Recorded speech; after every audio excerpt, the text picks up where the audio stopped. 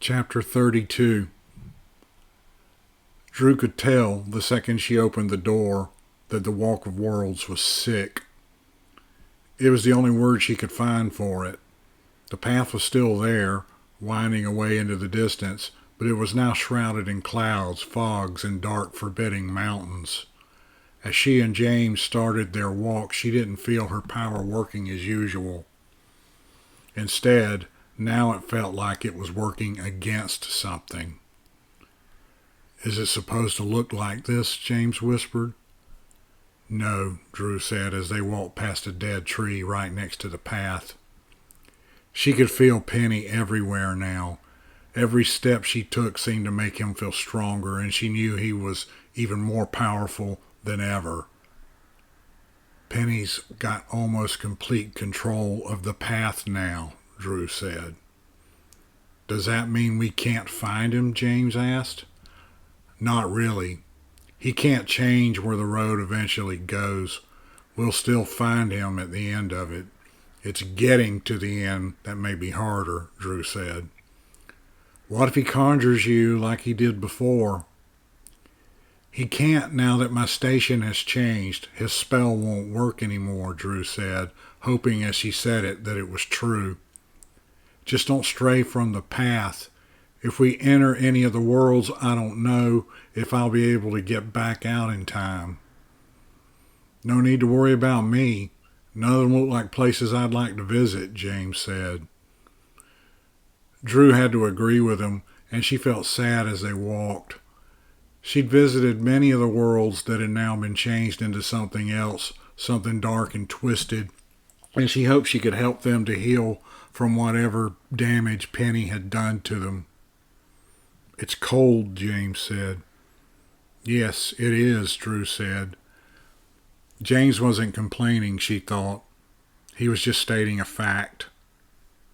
She looked at him and felt a bit ashamed of herself, comparing him to Knowles. Knowles had been through a lot to make him into who he was. James was much more fortunate in that his family was considered well off, and he didn't need to join an army or fight in any bloody battles. As far as she knew, James had never killed anybody, unlike Knowles, who she felt had killed many people doing his duty as a soldier. James had a sturdy strength, she thought, and he'd never quite lose that innocence that he possessed. He'd always be true to himself, loyal to those he felt were worthy to be his friends, slow to get angry, resolute when necessary. "We can still go back," Drew said. "Why would we do that?" James asked. "It's just, You don't want me to die?" James asked. "Of course I don't want you to die," Drew said, and realized how strongly she felt that way as she said it. He stepped in front of her and faced her, and she stopped. He was smiling, and he leaned forward and kissed her quickly, so quickly that she didn't have time to react before he pulled away. "I know you mean that. I'm glad," he said. She stood there, a bit astonished, and his face turned a bright red again, and she realized her mysterious power, different from her other power, was back and in full force. He looked away, and she stepped forward, going up on her tiptoes, touching his cheek and turning his head so she could kiss him back. This time it lasted a bit longer. She could feel his breath on her cheek, feel his heart beating in his lips, smell him all around her. He resisted only for a second, unsure what she was doing, before giving in to her kiss, putting his arms around her, the thick leather of the breastplate itching against her chest. She pulled away after a long moment and smiled, looking into his eyes. "Good," was all she said. He laughed, and Drew started walking again, James falling back into step beside her. They didn't talk for a long while, but she felt words were not necessary. They seemed to have a deeper communication now, and words would have been insufficient anyway. Something was approaching them from up the path.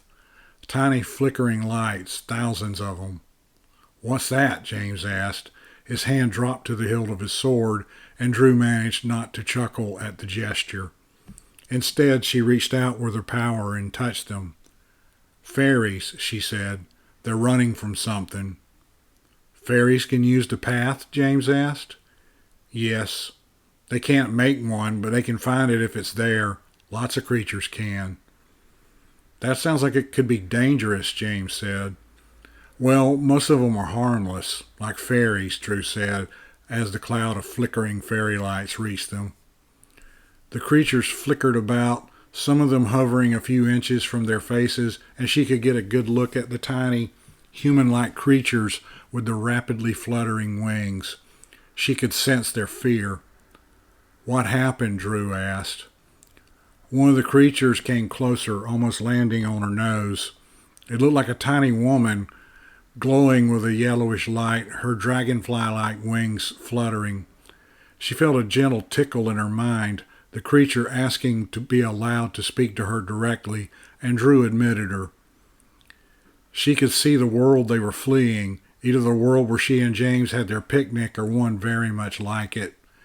It was burning, shrinking, almost at the point where it would disappear completely. Their world is being destroyed, Drew told James. You didn't already know that? He asked. There aren't any humans there, so no, Drew said. She looked at the creature and felt it, along with the thousands of others watching her. I'm on my way now to fix it, Drew said. After I do, I'll help you to find a new home. The fairy hovered there longer, and Drew sensed the question that she was asking. No, it will be too dangerous, she said, glancing over at James. She's volunteering to come with us. It might come in handy to have someone who is small and can fly around, James said. It would be too dangerous, Drew said again. The rest of the fairies flew past her, but that one remained hovering there in Drew's side. Okay, come on. She started back down the path, James and the fairy following. Something's wrong, James said after they'd walked a while further. Of course something's wrong. That's why we're here, Drew said. No, I mean beyond that. It's a lot harder to walk than it should be, don't you think? Drew was about to say silly, but she stopped herself. It did seem to take more effort just to take a step, she thought. I don't know, she said instead. The fairy had landed on Drew's shoulder and sat there as they walked, sometimes whispering something directly into Drew's mind. The path itself was getting darker. There were more trees, and they crowded closer to the road. Many of them were branches overhanging. The trees looked old and twisted, and their branches were often so thick they couldn't see the night sky through them. I think Penny did this, Drew finally said. We knew that all along, didn't we? James asked. No, I mean the problem with the road. He's why it's sick. What he did, what he's doing, it's unnatural. It broke down the barriers between the alternate realities. He's weakened the structure of the entire multiverse, and they're all mingling together. What could happen? James asked, glancing around, his right hand almost casually lingering near the hilt of his sword. I don't know. Nobody's ever done it before. Nobody even knew it could be done. Maybe that's why he did it, James said. He didn't know that he couldn't. Maybe, Drew said. Outside of the little bit that I give him, he hasn't had any formal training. There's a lot he doesn't know. And that's how we'll beat him, James said, and Drew laughed in spite of her being so tired. Yes, she added, and James chuckled too. They walked a bit farther, saying nothing else for several steps. Stop, Drew said. James stopped. What's wrong? He asked. We should be coming out of the trees by now. Look ahead. Are they changing? The fairy took off from her shoulder, flitting down the path before Drew could stop her, sending back what she was seeing directly to her mind. What is she seeing? James asked. The trees were, indeed, different a bit further up the path. The trees have changed. They're more twisted or something. She could feel something, too. Darkness, a force that lived there, something full of hunger and hatred for things that were not rooted into the ground. Something flashed across the fairy's eyes quickly, and Drew could tell it was the tip of a branch. One of the trees had swatted at her. They can move, Drew said. The fairy turned and flew a little closer to one side of the path, seeing something there, and Drew saw it too. It was a man, or what was left of one. The limbs from one of the trees were twisted all around and through his body, and the side of his face was merging with the bark of the tree. It was slowly eating him. Fortunately, she thought the man was dead. Unfortunately, the trees would do the same thing to her, James, and their fairy friend, too, if they could. Move? James asked. How can they move? They're trees. They can move their branches. Be careful where they hang over the path. That won't be easy. She had to agree. Through the fairy's eyes, she could see the twisted, dark forest extended for a long way along the path. We're going to have to go through it, Drew said. Fine, James said, drawing his sword. What are you going to do with that? Drew asked. You enchanted it, didn't you? It should be able to cut through a few branches. It's more than a few, James. It's a lot. It goes on for miles. Can't you do something then? Maybe. I could burn them away from the path, but I think they'd grow back quickly. How do you know that? Because Penny did this, and that is something he would give them. She recalled the fairy, who returned and landed on Drew's shoulder again. He had to know that you could handle it, James said. Yes, he did, but it'll force me to use my power. It'll drain me. That's what he wants. She gathered her power, bracing herself. Get ready to run. Don't stop until I tell you. She never amassed that much raw power before. When she had as much as she felt she could handle, she blasted it ahead down the path. She could almost hear the trees screaming as they were engulfed in the sudden violent flames that scorched along the path. Run, Drew shouted, not waiting to see if he did before she started running herself. The devastation she'd unleashed was moving quickly, and they couldn't keep up with it, and, running as fast as she could feel the forest behind it, healing itself behind her, the twisty trees regrowing their limbs, overhanging the path, their hatred of free-moving things now mixed with rage at their injury. They emerged from the trees after what felt like miles and miles, and collapsed on the path, most of them panting, exhausted from their running. The fairy hovered over both of them, circling around the path, keeping an eye out for any more danger as they rested. We need to get moving again, Drew finally said, able now to speak without gasping. Yes, James said, climbing to his feet, offering a hand to help her get up too. They started out again, leaving the twisted forest behind, not speaking as they went on their way. The fairy resumed sitting on Drew's shoulder. They walked for a long time, the only sounds of their breathing and their footsteps, walking among ruined landscape with some twisted but unmoving trees here and there, along with the planets and the stars. After what could have been several hours, Drew was having problems telling how much time had passed. They could see another strange thing.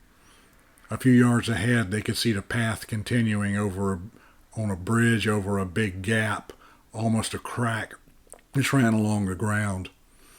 The foot of the bridge was a few yards away from them. Have you ever seen that before? James asked.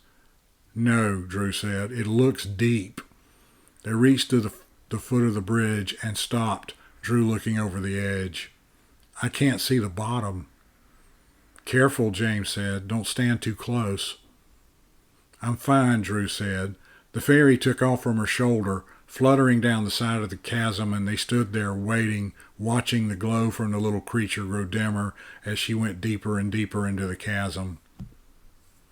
Has she come to some harm? James eventually asked. No, Drew said. I'm in communication with her. Not that there was much to see. There was a heavy fog, and the walls of the place were dark and rocky, and the fairy flew deeper into the chasm. Wait, Drew said. What? I'm just standing here, James said. Not you, Drew said. The fairy, hearing her, paused, hovering there next to the wall. There's something down there, some kind of animal. You'd better come back up. The fairy refused, wanting to get a better look. No, come back up here. We'll deal with it, Drew said. The fairy still refused, flying further down. Something was moving in the heavy fog, something stirring it from underneath. Something big, Drew thought. She reached down with her power, trying to find out what it was. "We have a problem," she said after a moment. "What's wrong?" James asked. "My power, it's not as strong as it was." "Are you sure? You just used a lot of it. Shouldn't it come back soon?" "That's part of it, and I don't feel any weaker really. It's just, that's it. It's not that I'm weaker, it's that everything else is stronger." "That can't be good," James said. "I still have my power and my training, and I have you with your sword," Drew said, and James smiled at her. That's when it happened, so quickly she almost missed it. Through the fairy's eyes, she saw a rapid movement, an approaching circle of darkness, and the fairy was suddenly gone. Drew staggered, feeling a quick burst of agony as the little creature died. "What's wrong?" James asked, catching her elbow as she almost collapsed. "The fairy. She's gone. It ate her. Or one of them ate her." "Is it one thing or a lot of things?" James asked. Drew let out her breath slowly and was a little proud of herself that it didn't come out as a sob. "It seems to be both. A lot of things that make up one thing." "Is there any other way to get where we need to go?" James asked. "No. We can't stray from the path or we'll never find it again. We have to take the bridge. And when we do, this thing will rise up and attack us like a trap." "Not like a trap, James. It is a trap. Penny set this up. This means he's controlling the thing somehow." "What do we do?" Drew stood there and took another slow, deep breath. "We go on. Draw your sword," she said. "Just remember, we don't need to kill it or them. Whatever. We just need to get across." James nodded, drawing his sword, holding it a little awkwardly. "I'm ready," he said, and his face turned bright red again. "What do we do?" "Let's cross this bridge," she said. Chapter 33. Drew discovered it wasn't an ordinary bridge when they first set foot on it. Each step seemed to cause a musical tone to emerge from the wood. As they walked, it seemed to produce a symphony of sounds. It wasn't a pleasant symphony. Drew found it disturbing. It sounded wrong, even though every note seemed to be in key with the others. "Is it supposed to do that? Make that noise?" James whispered. "I think so. There's a reason for it," Drew whispered back. She could feel the creature or creatures stirring deep below. They still had a long way to go, and she knew if they started running it wouldn't make any difference. It may, in fact, make things worse. "It's coming. Be ready," Drew said. "You have any idea what it is?" James asked. "No.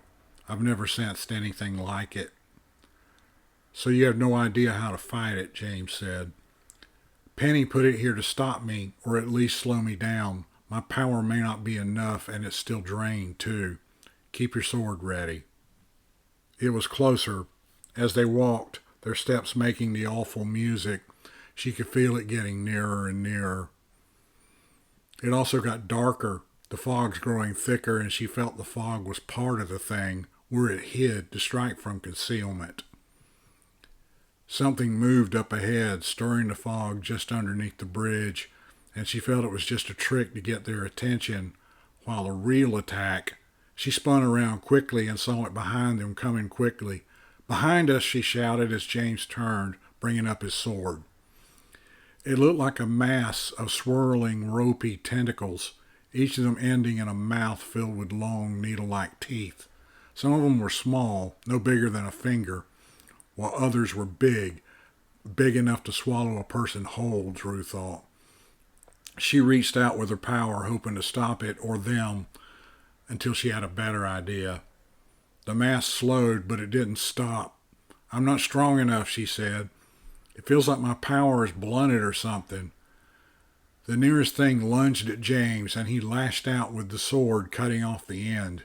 It fell onto the bridge, making its own contribution to the music, trailing a black ichor that stained the wood, rolling to a stop at their feet. Drew watched the stump of the thing, thinking it would die, but instead it writhed a bit before another mouth appeared where the first had been cut off. Another one lunged at him, and Drew hit it with her power. The first few feet of the thing vanished with a faint, explosive popping sound as she turned to dust, but it also started to grow back. "They keep growing back," Drew said.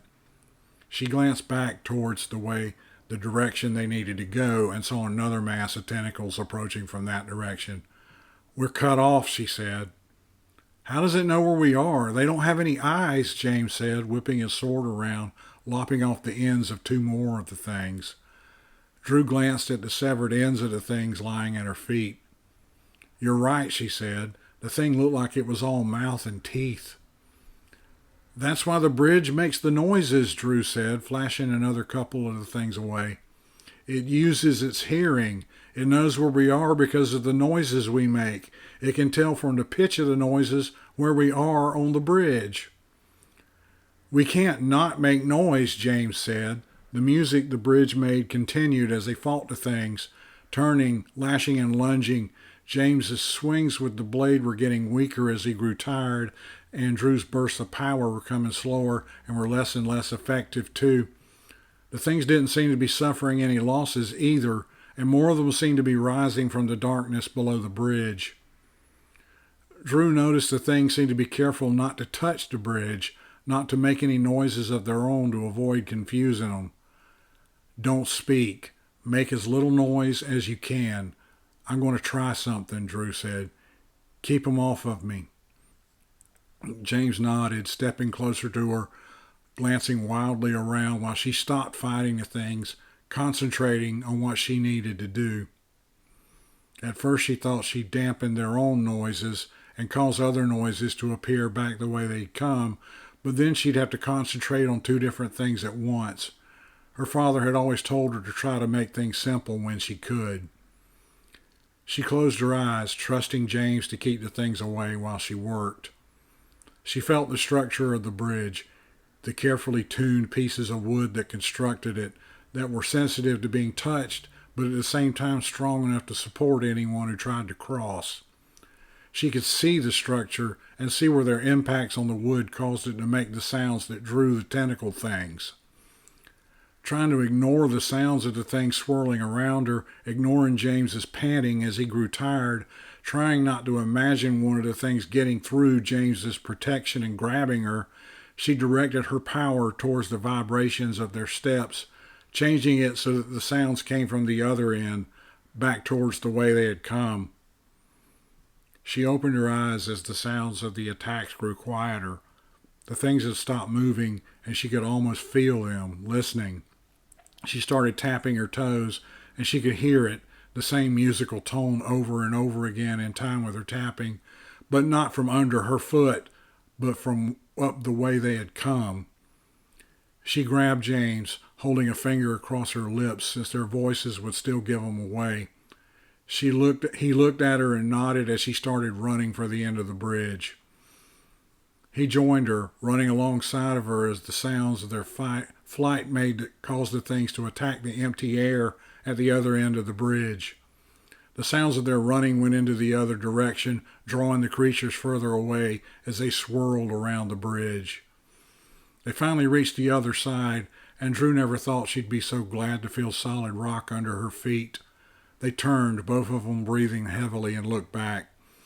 The things were so thick at the other end, they were a solid mass of swirling tentacles, and she remembered when she'd first come to live with her father, when he'd freed her from the asteroids. "I think we're okay for now," she said, "but I need to rest." "Me too," James said, "but let's get further away from this place first." "Good idea," Drew said, turning and starting back down the road, promising herself she could tell the other fairies of the one who had died so bravely to help them. They found a place. After walking for another hour, it was flat enough for James to dig a pit in the ground in the middle of the path and start a campfire. While he worked, Drew dug through her bag and came out with a small package of bacon and some diced potatoes along with a flask full of water. That bag of yours is very useful, James said, frying the bacon in an iron skillet she'd pulled out of the bag. Yes, it is, Drew said. The bacon smells wonderful. I didn't know how hungry I was until I started cooking it. Me too, Drew said. How much farther do we have to go? James asked, breaking a couple of eggs into the skillet. Not much farther. I think we'll be there in another hour or so. Do you think he knows we're coming? Almost certainly, Drew said. Maybe we shouldn't interfere, James said, flipping the eggs with a spatula Drew had also pulled from her bag. What? Drew asked. Don't you want revenge on the person who killed your brother? Yes, James said. You said he wants to make the world a better place. What's bad about that? It's not a bad thing, but he wants to remake the entire universe. He wants to change everything. So, there's a lot of things I'd change if I could. He started dishing the bacon and eggs onto a pair of plates. Me too, but that's not how it works. And there's a reason for things working like they do. Nobody is smart enough to remake the universe, James. If he succeeds, he'll wind up making things worse. Acts have consequences, and consequences have consequences. So, that's the way the world works anyway. Sure, but there's more to it than that. I don't think Penny is human anymore. What makes you say that? He's been touching the mind of this creature, this thing he's going to use to get what he wants. I've experienced it myself, just for a few seconds, but he's been exposed to it a lot longer. That and what he's been doing to gain more power has changed him. I see, James said. Those things at the bridge were created by him too, I'm almost certain. He didn't just come across them and use them. He made them. From the deepest, darkest corners of his mind, if that gives you some sort of idea of what he's like now. James didn't say anything, but she saw him shiver as he considered the thought. The bacon is delicious, Drew said, eating a piece of it. Thank you, James said, digging into the food himself. Have I answered your question? He laughed. Yes. I was just asking you to be sure how you felt about it. I haven't changed my mind. You thought maybe I was thinking about not killing him? He's your friend. For a long time, your only friend. I'd understand it if you wanted to give him the benefit of a doubt. Well, I did. For a long time. That's why we're in this situation now, Drew said.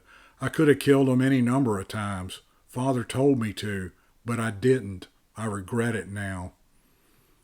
It's what makes you who you are, Drew. I hope you never lose it. Lose what? Weakness? Poor judgment? Pity and understanding, James said. He ate the last of his food. What should we do with the dishes? Just leave them, Drew said, gulping down the last of her own food and standing up, leaving her plate on the ground. James did kick dirt over the fire, putting it out, even though there was no danger of it spreading beyond the little pit he dug for it. Chapter 34. They continued walking into gathering darkness, the path stretching out in front of them. Drew reached out just off the path and touched the worlds they were passing through with her fingertips, sensing them, feeling what was happening there. Death in all of them, she felt. Diseases running rampant, wars flaring up again over causes that were either long since settled or were forgotten entirely. Hatred everywhere and greed beyond all reason and understanding. She didn't know how much of it was caused by what Penny was doing and how much had always been there with Penny only bringing it to the surface. She didn't speak to James as they walked, which made her feel bad. She knew he would be dead soon, and he knew it too. She just didn't know what to say. James seemed to understand and didn't press her to say anything at all. Instead, he drew his sword and held it all the time now. Drew had to say she felt threatened, too, as they grew closer to the end of their road, like danger was all around, just out of sight, waiting for them to stop paying attention before attacking. The path began to glow brighter, and they could see down it further. Finally, James stopped and pointed in the direction they were headed. "Am I seeing that right?" he asked. Drew looked where he was pointing. "If you're asking me if it looks like the path bends until it's going straight up into the sky after a couple of miles, I'd say yes, you're seeing it right," Drew said. They stood there and Drew watched the path, the part they could see that extended into the sky.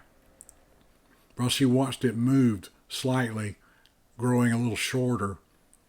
"I bet it goes all the way to that thing in space," she said. "I guess that makes sense." "How are we going to get up there?" James asked. She glanced at him, not wanting to say that when they got to that point he'd probably already be dead. "We'll figure that out when we get there," she said instead. After they walked a while longer, Drew could see the place where the path bent upwards. "There's something there," Drew said. "It looks like a building of some kind." "Or the ruins of one," James said. "It looks like it used to be a temple. Have there ever been buildings on the path before?" "No, but I've never been this far before," Drew said. "What do you think it is?" "I think it's where we're going to find Penny," Drew said, walking a bit faster. James walked faster too, keeping up with her, glancing around, holding his sword at the ready, but Drew felt they were beyond any traps or other threats now. The only thing remaining was Penny himself.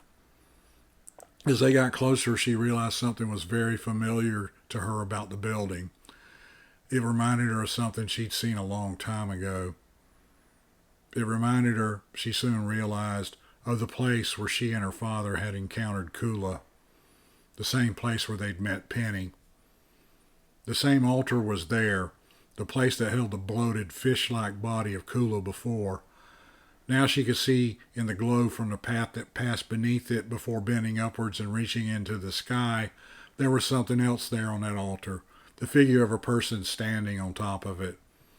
A tall figure, a man in heavy robes, and as soon as they got close enough to step into the circle of stones that surrounded the area and torches immediately flared to life all around, she could see that it was Penny. He was facing them, smiling. "Hello, old friend," he called, his voice echoing. "Penny," Drew said, and she could hear tears in her voice in spite of herself. She summoned her power and prepared to strike at him, knowing that even as she did that he was strong enough to brush off any attack from her. "You brought your friend along. What's his name?" Penny asked, stepping down from the altar. "James," she said. "You killed my brother," James said. "I'm sorry, I don't remember it. Who was your brother?" Penny said. "His name was Gerald, and you killed him at Margincourt." "Oh, yes, I remember. I'm sorry about that," Penny said. Drew glanced at James and saw confusion on his face. "What's wrong?" she asked him. "He's lying," James said. "But it's strange. He doesn't know he's lying."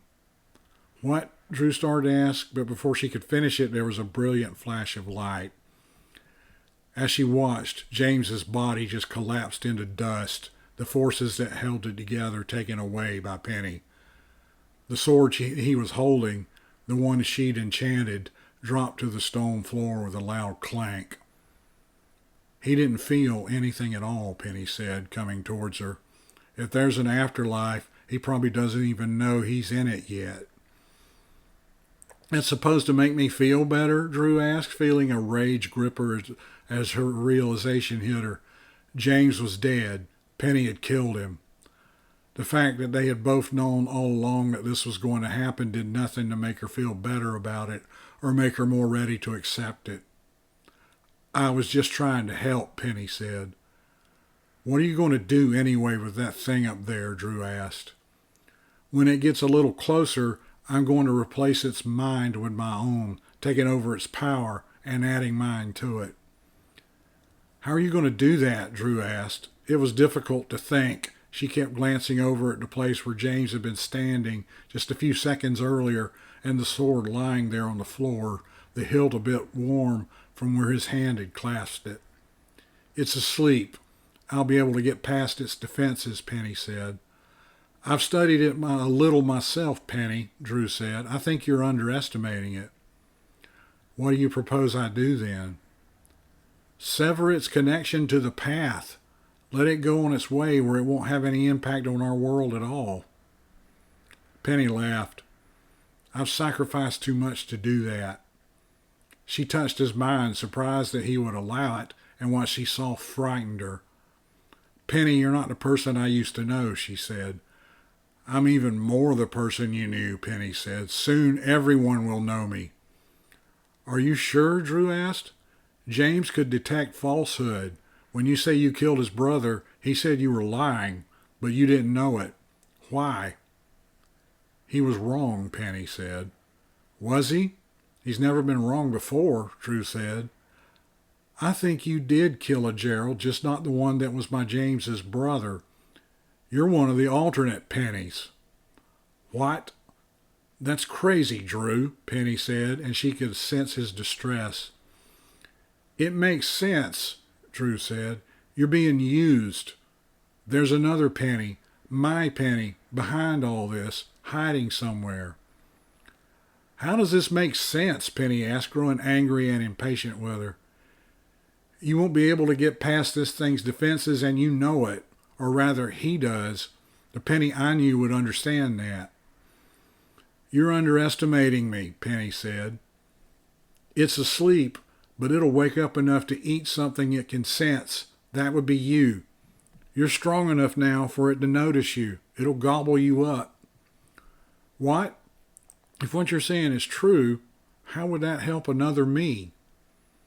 As it digested you, took your power for its own, he could approach it and get inside of it, because it wouldn't be able to tell him from you. He'd be able to get into it and do what you say you want to do. As it takes your power, he'll be able to manipulate it, use it to take over. That doesn't, Penny started to say and then stopped. She could almost see him thinking over what she'd said, considering it, and realizing that everything she'd said was true. Well, this certainly makes things more complicated. It was another voice, a man's voice, coming from behind her, and Drew didn't need to look to know it was another Penny. She turned anyway. He was there, stepping over James's sword, wearing the same heavy robes the other Penny was wearing. There was one difference, though, between this Penny and the other one. What's wrong with your eyes? Drew asked. His eyes were huge, dark, and bumpy, and looked more like an insect's eyes, she thought. That's one of the side effects of studying our friend up there. You're not human anymore, she said, and he laughed. I'm not worried about it. It's something I can fix. What? What is this? The first Penny asked, and she could feel his power rising and focusing, preparing to strike. The second Penny raised his hand and directed his own power towards the first, freezing him in mid-gesture. It would have been easier for you to just go to our friend up there and let it eat you. Now it'll be a little more difficult. He looked at Drew and smiled and winked at her with one of those strange big eyes. She smiled at him and reached out with her own power, but not towards him. She touched James's sword, gripping it with her mind, flinging it as hard as she could at the first Penny, the one held motionless in front of the altar. The defenseless one. She guided the sword, hoping she could do what she needed to do faster than the second Penny could free enough of his attention from holding the first Penny motionless to stop her. The enchanted sword flew through the air, and she used it to slash at the first Penny's motionless body. She could tell it hit the mark, felt it bite deep and cut through Penny's body, severing tendon, bone, muscle. No, the second Penny screamed, realizing too late what she was doing. She turned to face him again, releasing her hold on the blade, hearing it hit the stone floor, followed a couple of seconds later by the slight thud of the first Penny's now lifeless body. The second Penny, her Penny, Drew reminded herself, sank down until he was sitting on the stone floor, staring at the place behind her where the first Penny's body was lying on the floor along with the sword. I can't do it now, Penny said, turning to look at her with those strange eyes. It won't work without him. What do I do? He cradled his head with his gloved hands, the fingers even longer than they were before and seeming to bend in strange ways. You let him have some of your power, didn't you? Drew asked. Yes. He didn't know it, though. Reclaim it and help me to fight this thing. Together, maybe we're strong enough to drive it away. What? We're nowhere near strong enough. We still have to try, Penny, Drew said. You want to make things right? Then help me do this. He looked at her a moment longer before extending a hand, palm facing towards the first Penny's body, fingers all extended and spread apart, and Drew could feel the power that remained for now in that body flowing from it towards the second Penny, merging with what was already there. I'm sorry, Drew, Penny said, tears running down his cheeks as he took in the liberated power from the other Penny. I did all this for you. I was going to make things so much better. I know, Drew said. I do appreciate it. You're the only friend I've ever had. You're the only friend I've ever had, he said, and he smiled. And for a second he reminded Drew of the old Penny, the one who was still dangerous, but willing to learn and just needing a friend. Remember Kula, Penny? She asked as he closed his eyes, taking in more of the power from the other Penny. Of course, Penny said. Remember how Father killed him? He was busy draining you so he couldn't defend himself? I remember something about that, Penny said. Why? Drew didn't say anything.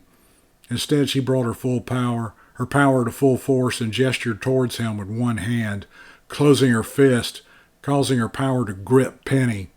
As he tried to react to free his own power from what it was doing, she flung her arm upwards. Penny's body shot straight up, right along the path that reached towards the sky. She gave it another boost, lifting Penny, feeling him getting closer to the creature that lurked at the end of the path. As Penny got nearer to it, and as his power grew stronger, she could feel the creature stirring, awakening from a deep sleep, emerging into a light slumber. She knew it could sense him, knew it was getting closer to it, and it was getting hungry. The thing reached out quickly with its own immense power, grabbing Penny and gulping him down before he could react. Drew stood there, releasing her power, and felt it when Penny died inside the creature and waited until his hold over the Walk of Worlds loosened. It didn't take long. She felt her power over the place returning, could feel again where she could influence it, make it go where she wanted to go. She closed her eyes and willed the path to move from where it linked to the creature, cutting it off, having it go in a different direction. The creature's connection to any of the worlds that she was supposed to protect was gone. Since Penny was now dead, she didn't think it was very likely that it would ever be restored. She could feel the effects from the creature fading quickly, and she walked over and sat on the altar, trying not to look at what was left of the first Penny's body, James's sword, and closed her eyes, reaching out with her power again. She could feel it working, restoring the path, separating the worlds again, and putting everything back in its place. She found the place where she and James had their last meal together, the pans, dishes, and remains of the fire still there, and she resolved to gather up the dishes when she passed through to save them as a tribute to James. She found the place where the musical bridge spanned the chasm where the brave fairy had died, and she could find no trace of the guardian now, and decided she was right, that Penny had created the creature himself. Now that he was gone, it was too.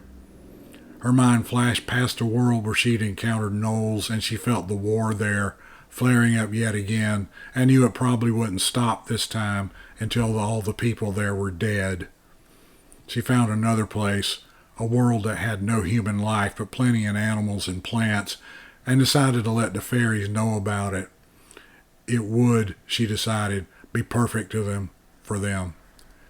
Finally, she reached all the way with her power back to Margincourt and knew the Walk of the Worlds had been restored.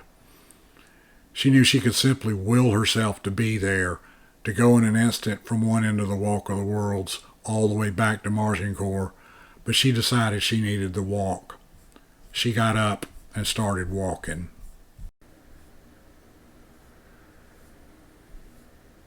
Chapter 35. Drew found the place where Penny had met her before, the place where the earthquake happened. She found the same diner, rebuilt apparently with new owners, and sat at one of the tables outside and sipped a latte in the mid-afternoon sun. She'd conjured a comb that cleaned her hair, washcloths to help remove some of the grime, so most of the people sitting at the other tables didn't give her a second look. She hoped she wouldn't meet any of the people she'd helped rescue before, and as far as she could tell, she didn't. She got up and walked the streets for a little while, looking at the buildings, seeing where many had been rebuilt.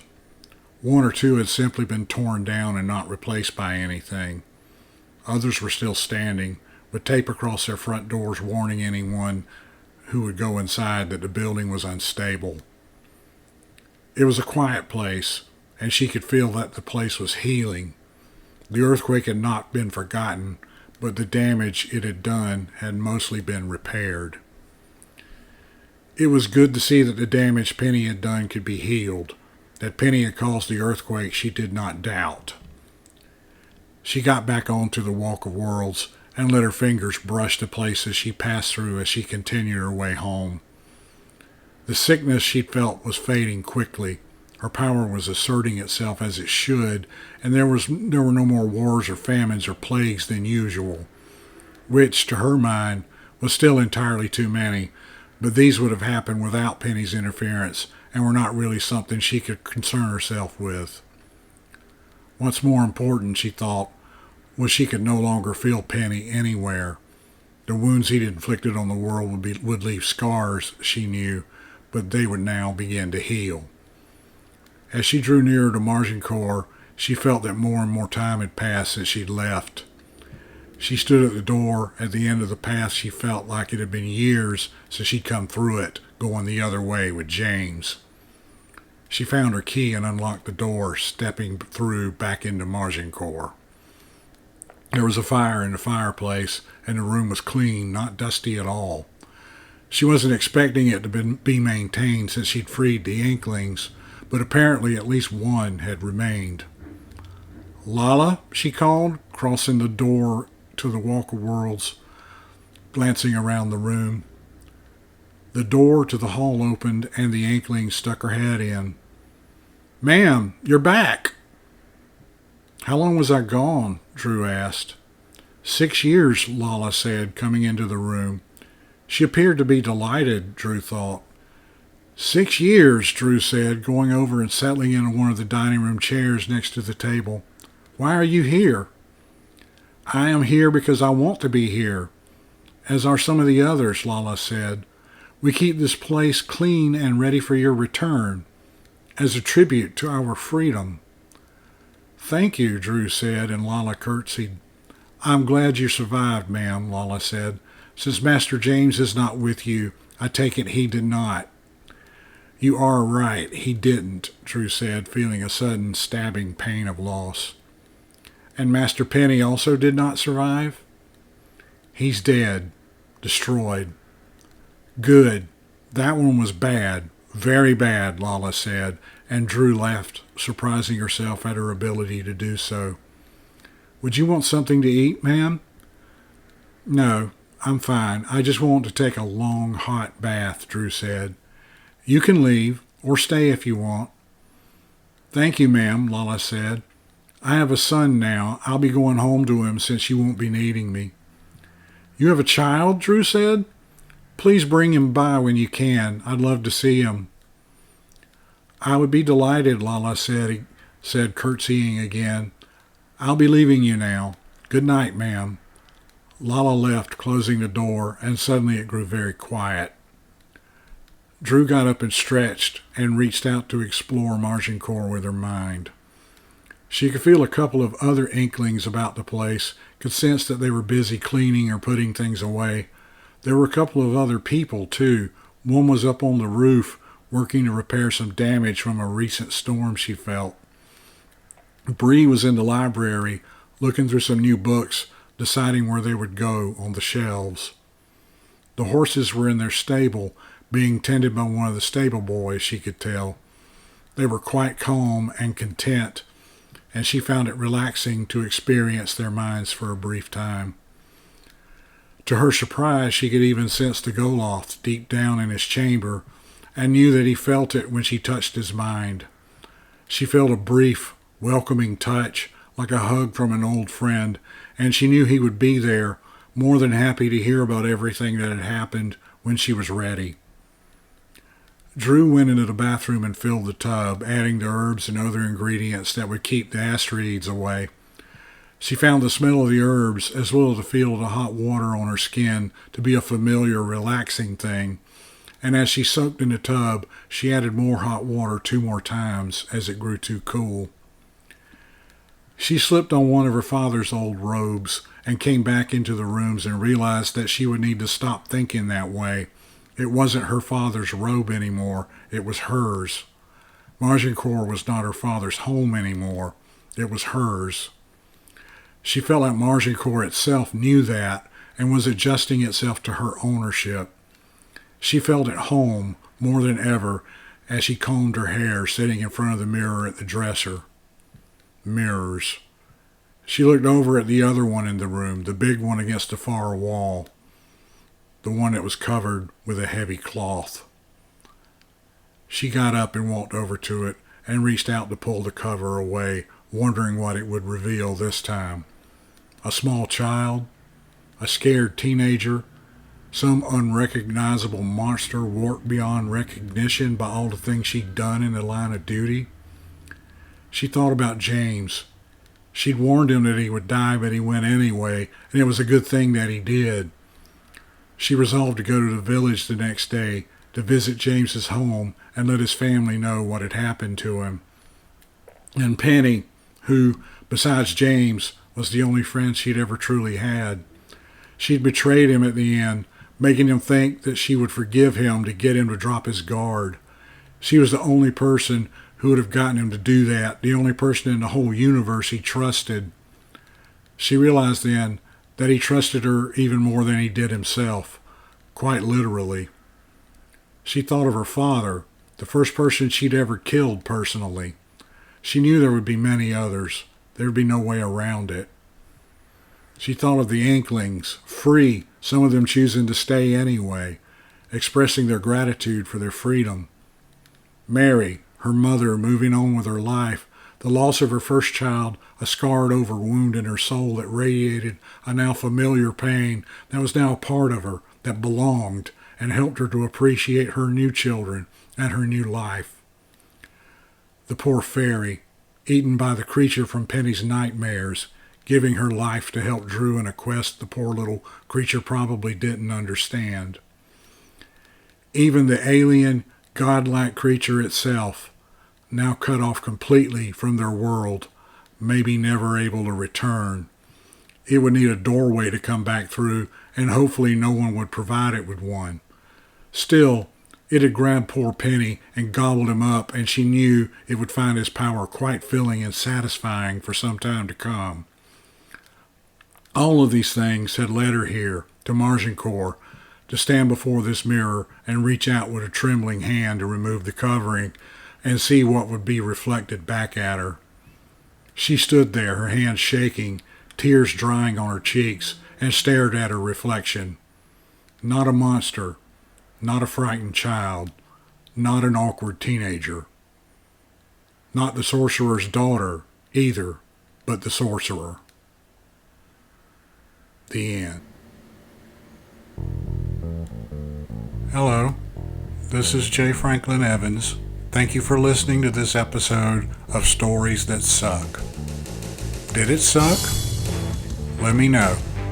Be sure to like and subscribe.